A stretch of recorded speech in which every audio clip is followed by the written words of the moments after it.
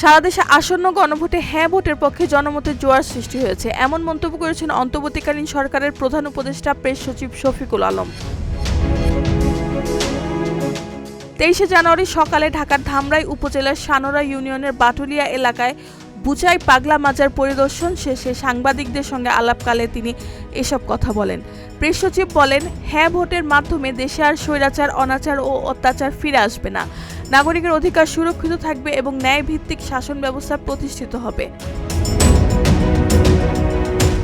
তিনি আরও বলেন, মানুষ বুঝে গেছে হ্যাঁ ভোট দিলে ব্যাংকে টাকা রাখা নিরাপদ থাকবে, পরিবার পরিজনের নিরাপত্তা নিশ্চিত হবে এবং রাষ্ট্র এমন পথে চলবে যেখানে মানুষের অধিকার অক্ষুণ্ণ থাকবে। শফিকুল আলম জানান, নির্বাচন কমিশন বরাবর আশ্বস্ত করছে যে ভোট গ্রহণ প্রক্রিয়ায় কোনো সমস্যা হবে না, যদিও ভোট গণনায় কিছুটা সময় লাগতে পারে। এ সময় তিনি জনগণকে শান্ত ও ধৈর্য ধরে ভোট প্রক্রিয়ায় অংশ নেওয়ার আহ্বান জানান।